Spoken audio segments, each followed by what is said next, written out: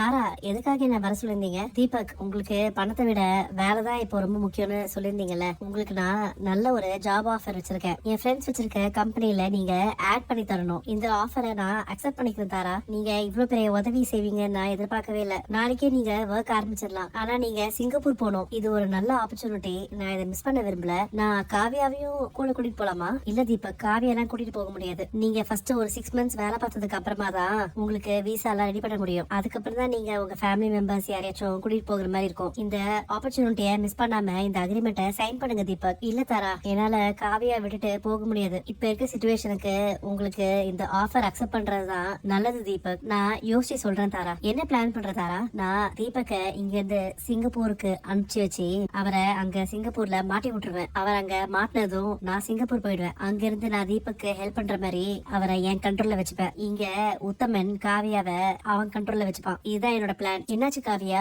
ஏன் டல்லா இருக்க? இப்போ கொஞ்ச நாளா தான் எங்க அப்பா என் மேல பாசமா இருக்காரு. அதை நான் அனுபவிக்கிறதுக்குள்ள அவரு வேலைக்காக வேற ஊருக்கு கிளம்பி போயிட்டாரு. அவர் நான் கூடவே வச்சு பாத்துக்கலான்னு ஆசைப்பட்டேன். எனக்கு மட்டும் நல்ல ஒரு படிப்பும் வேலையும் இருந்துச்சுன்னா நான் எங்க அப்பாவை கூடவே வச்சு பாத்துருப்பேன்ல. எனக்கு தான் எதுவுமே இல்லையே. நான் என்ன பண்ணுவேன்? இந்த மாதிரி நீ ஃபீல் பண்ண கூடாதுன்னு தான் ஒழுங்கா படின்னு சொன்னேன். எனக்கு நீ சொல்றது எல்லாமே புரியுது தீபக். ஆனா என்ன சுத்தி இருக்க பிரச்சனை எதுவுமே சரியாகாம நான் எப்படி போய் படிப்பேன்? நிம்மதியே இல்லாத மனசுல படிப்பு எப்படி ஏறும்? உத்தமன் சார், நான் தான் காவியா பேசுறேன். நான் பேசுறது உங்களுக்கு கேக்குதா?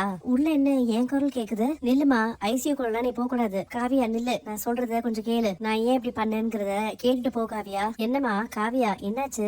ஏன் ராணி கிட்ட மூஞ்சில அடிச்ச மாதிரி பேசிட்டு இருக்க? பாட்டி, உங்களுக்கு ஒண்ணுமே தெரியாது, நீங்க சும்மா இருங்க. அன்னைக்கு நான் போய் உத்தமனை பார்த்ததுக்கு எல்லாரும் நீ எப்படி திட்டினீங்க, தேவையில்லாம பிரச்சனை வரும்னு. இன்னைக்கு இவ போய் என் குரல்ல பேசிட்டு வந்திருக்கா. இதுக்கெல்லாம் என்ன அர்த்தம்? அவ காரணம் இல்லாம இத பண்ணல காவியா. அவரோட சூழ்நிலை அப்படி. என்ன பெரிய சூழ்நிலை ரேவதி?